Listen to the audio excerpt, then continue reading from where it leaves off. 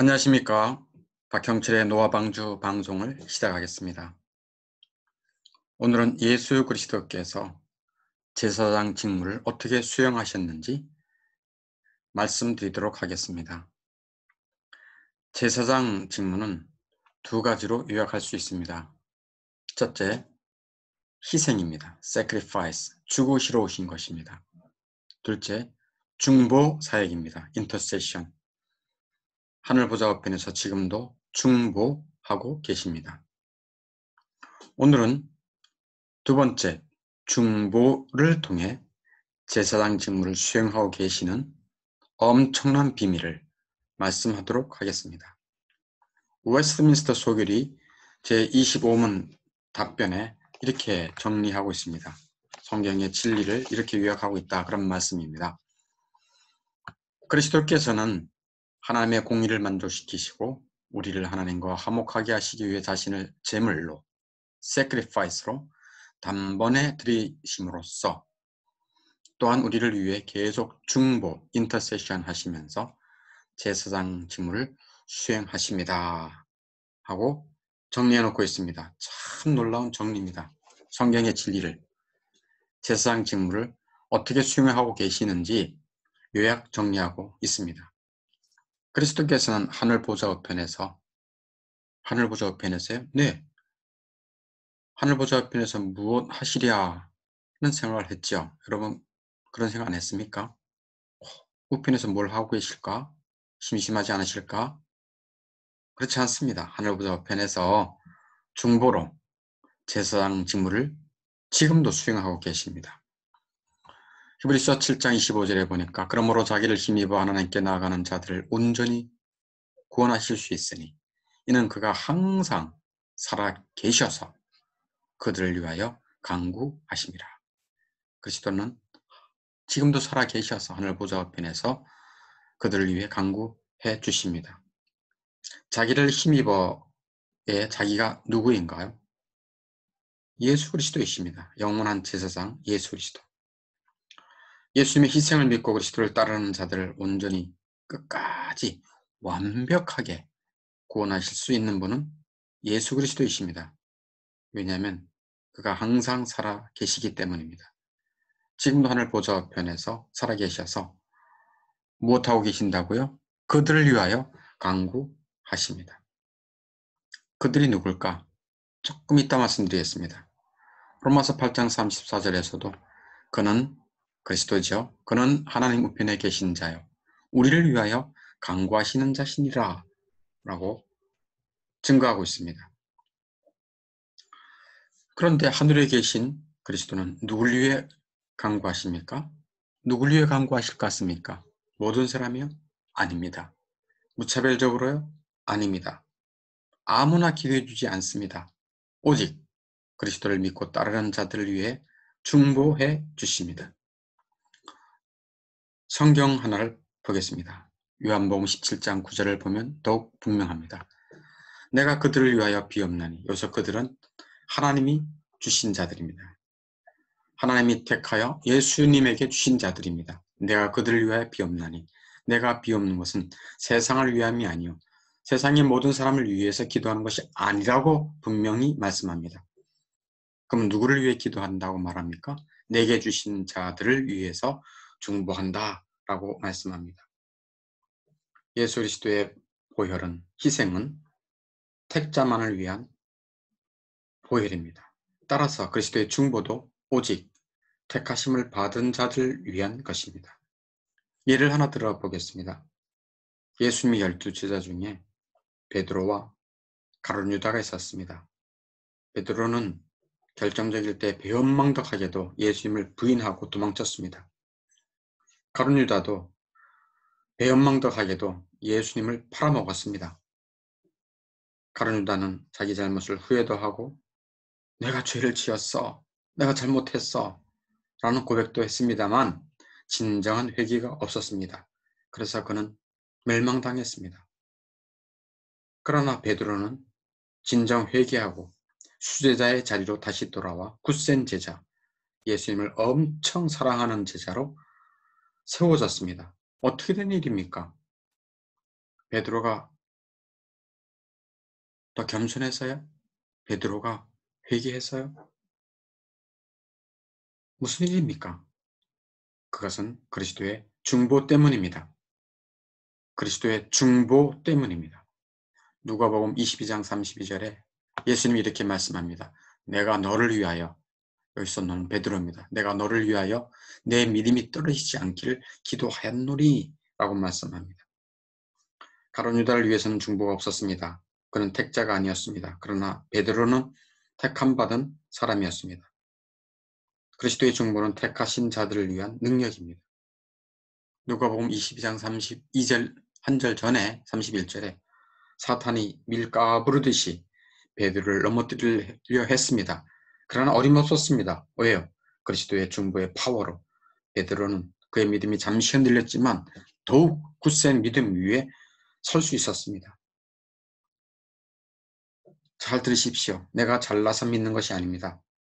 내가 똑똑하고 부지런하여 내 신앙이 지금까지 유지된 것이 아닙니다. 하나님 보좌 우편에서 나를 위해 중보하시는 그리스도가 계시기 때문에 그렇습니다. 이 놀라운 중보의 능력과 그리스도의 끊임없는 사랑을 알게 된 그리스도인들은 기도합니다. 그리스도를 사랑합니다. 나의 믿음이 지금까지 유지된 것이 그리스도의 중보라는 것을 알게 되니까 감격, 감사를 넘치게 하며 삽니다. 그리스도가 계속 중보해 주시니 내 믿음은 세상 끝날까지 유지될 거야 라는 믿음을 가지고 찬송을 넘치게, 감사를 넘치게 합니다.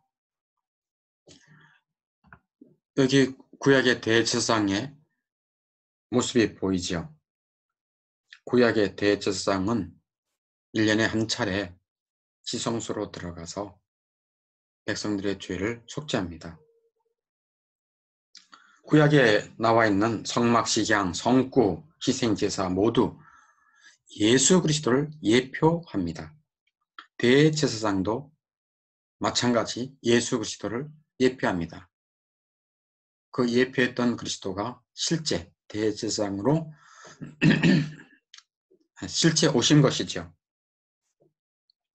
예수 그리스도는 누구를 예표한다고요? 네, 대제사장이요. 근데 여기 보면 흉패가 보이죠? 가슴에 12지파를 대표하는 흉패를 붙이고 하나님 앞에 나아갑니다.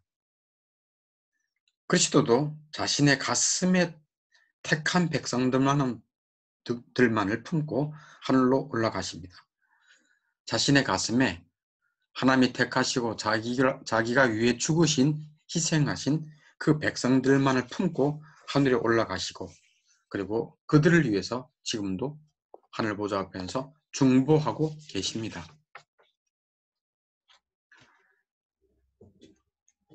그리스도는 어떤 중보를 행하십니까? 5가지를 꼭 기억하길 바랍니다. 그리스도는 어떤 중보를 행하신다고요? 첫째, 믿음을 견고하게 해주십니다. 우리의 믿음이 끝까지 견고할 수 있도록 중보해 주십니다. 좀 전에 말씀했던 그 베드로의 믿음이 잠시 흔들렸지만 더욱 견고하게 되었고 더욱 그리스도를 사랑하는 제자가 된 것은 그리스도의 중보의 덕분입니다. 둘째, 아버지의 자비를 요청해 주십니다. 자기 희생의 피의 공로로 자기 희생의 피의 공로를 성부께 제시하고 그 지별한 대가로 아버지의 자비를 요청합니다. 이렇게 요청합니다. 아버지, 저의 희생의 대가로 저들의 죄를 용서해 주시고 아버지의 자비를 베풀어 주소서. 그러할 때 그리스도의 중보로 인해서 죄인들은 하나님의 진노는 사라지고 도리어 한없는 자비를 받게 되는 복덩이가 되는 것입니다. 이것이 지성소 안에 있는 법궤입니다. 밑에 이렇게 네모 반듯한 박스가 법궤이고 그 위에 덮개가 있죠. 그 덮개, 이 화살표한 덮개를 속죄소, seat of atonement라고 얘기하기도 하고 시은소, mercy seat, 시은, 베풀 시, 은의 은, 은혜를 베푸는 장소다 해서 시은소라고 말하기도 합니다. 대제사장이 지성소에 들어가서 무엇을 하는가 하면 이 속죄소 위에 피를 뿌립니다. 그럴 때 하나님께서 그 피를 보고 속죄, 용서해 주시고 시은, 자비를 베풀어 주시는 것입니다.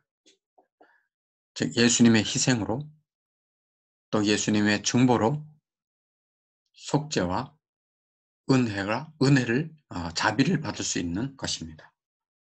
그래서 둘째, 예수 그리스도의 중보를 통해서 아버지의 자비를 받으며 살 수 있습니다. 그전에는 무엇을 받았는데요? 네, 하나님의 진노의 대상이었지만 이제 예수 그리스도의 속죄와 또 중보로 아버지의 자비, 그 사랑을 받으며 살 수 있게 되는 것입니다. 셋째, 그리스도는 어떤 중보를 행하시는가? 모든 고소장을 처리해 주십니다. 무슨 말씀입니까? 그리스도인이 죄를 범하고 사단이 하나님께 그리스도인들을 고소하고 송소하고 또 양심이 그들을 비난합니다. 그러나 그리스도는 자신의 중보를 통해 모든 고소를 처리해 주십니다. 아니, 그렇잖아요. 그리스도인이라 할지라도 죄를 지으면 양심의 가책이 오잖아요. 그리고 죄책감을 느끼고 또 하나님을 꺼려할 수가 있습니다. 마귀는 그 틈을 타서 계속 고소를 할 수 있습니다. 그럴 때 예수 그리스도는 하늘 보좌 우편에서 우리를 위해 그 고소장들을 처리해 주신다는 것입니다. 로마서 8장 33절 34절에 보니까 누가 능히 하나님께서 택하신 자들을 고발하리요? 누가 고소하겠느냐 말씀입니다. 의롭다 하신 이는 하나님이시다. 누가 정죄하리요? 죽으실 뿐 아니라 다시 살아나신 이는 그리스도 예수시니 그는 하나님 우편에 계신 자요 우리를 위하여 간구하시는 자시니라. 혹여 그리스도인이 죄를 지었을 때 사단이 고소할 때 그리스도는 자신의 상처를 성부께 보여주십니다. 그리고 중보합니다. 의로우신 아버지요. 여기 피 흘린 희생, sacrifice가 있습니다. 그러므로 이 죄인들을 용서해 주십시오. 그럴 때 죄인은 사면됩니다. 사탄의 고소 고발장은 찢어져 버리게 된다. 그런 말씀입니다. 한마디로 누가 정죄하겠느냐? 라는 말씀입니다. 하나님이 택하시고 그리스도의 희생의 피를 믿는 자는 아무도 정죄할 수 없습니다. 네 번째, 그리스도는 어떤 중보를 행하시는가? 보좌 앞에 담대히 나가게 합니다. 은혜의 보좌 앞에 나가게 하기 위해 하늘로 올라가신 위대한 대제사장 그리스도가 계십니다. 그리스도께서 하늘 보좌 앞에서 자기를 믿고 따르는 자들을 위해 지금도 변호하고 힘을 주고 대변해 주십니다. 세상의 변호사들은 양편으로부터 보수를 받아서 일합니다. 그러나 그리스도는 자신의 피를 다 쏟아주시면서 변호해 주십니다. 그러므로 그리스도의 중보를 힘입어서 은혜의 보좌 앞으로 담대히 나아갈 수 있습니다. 마지막 다섯 번째, 성령을 보내주십니다. 그리스도의 중보의 능력으로 말미암아 택함 받은 자가 이 세상에서 구별되이 즉 거룩하게 살 수 있는 길은 오직 성령이십니다. 거듭난 자라 할지라도 육체를 가지고 있기 때문에 육체의 일에 빠지기 쉽습니다. 다시 말씀드립니다. 거듭난 자라 할지라도 육체를 가지고 있기 때문에 육체의 일에 빠지기 쉽습니다. 육체의 일이란 무엇일까요? 온갖 죄악과 게으름입니다. 갈라디아서 5장 19절 이하에 보면 육체의 일은 분명하니 곧 음행과 더러운 것과 호색과 우상 숭배와 주술과 원수 맺는 것과 분쟁과 시기와 분냄과 당짓는 것과 분열함과 이단과 투기와 술 취함과 방탕함과 또 그와 같은 것들이라.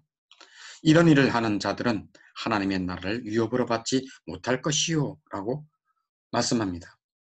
불신자들은 당연 이렇게 살아갑니다. 이렇게 살아가는 자들은 하나님의 나라를 유업으로 즉 천국에 들어갈 수 없다라고 분명히 말합니다. 이런 육체의 일은 사람의 힘으로 이길 수가 없습니다. 마치 낮은 물을 높은 곳에 흐르게 할 수 없음 같이 육체의 일을 내 힘으로 이길 수 없습니다. 결단해도 안 됩니다. 노력해도 안 됩니다. 자기 힘으로 안 됩니다. 거듭난 자라 할지라도 육체를 가지고 있기 때문에 언제든 넘어질 수 있어요. 내 힘으로 안 되니 어떻게 하겠습니까? 어떻게 극복할 수 있겠습니까? 그 분명한 해결책이자 하나님의 명령이 있습니다. 갈라디아서 5장 16절입니다. 너희는 성령을 따라 행하라. 그리하면 육체의 욕심을 이루지 아니하리라. 그렇다면 그 성령을 어떻게 받을 수 있습니까? 네, 그리스도의 중보로부터 옵니다. 요한복음 14장 16절에 내가 아버지께 구하겠으니 그가 또 다른 보혜사, 또 다른 보혜사는 성령이십니다. 또 다른 보혜사를 너희에게 주사 영원토록 너희와 함께 있게 하겠다. 예수님의 중보로 성령을 그를 따르고 믿는 자들에게 부어주십니다. 그러므로 성령을 계속 부어주시는 그리스도의 중보에 감사를 넘치게 해야 합니다. 그리고 그리스도의 말씀을 믿고 성령을 날마다 구해야 할 것입니다. 결론을 냈습니다. 그리스도께서는 하늘 보좌 우편에서 중보로서 인터세션, 중보로서 제사장 직무를 오늘도 수행하고 계십니다. 그 능력과 사랑으로 인해, 중보의 능력과 중보의 사랑으로 인해서 우리는 첫째, 우리의 믿음을 끝까지 지킬 수 있고 결국 구원받게 하십니다. 두 번째, 하나님의 진노가 아니라 하나님의 자비 아래 살게 하십니다. 세 번째, 누가 우리를 정죄하리요? 많은 고소장이 있다 할지라도 아무도 우리를 정죄할 수 없습니다. 네 번째, 보좌 앞으로 담대히 나가게 하십니다. 즉, 기도하는 삶을 살게 하신다 그런 말씀입니다. 마지막 다섯 번째, 성령을 보내주셔서 걸어가고 능력 있게 살아가게 하십니다. 이런 놀라운 은혜가 여러분에게 임하기를 기원하며 노아방주 방송을 마치겠습니다. 감사합니다.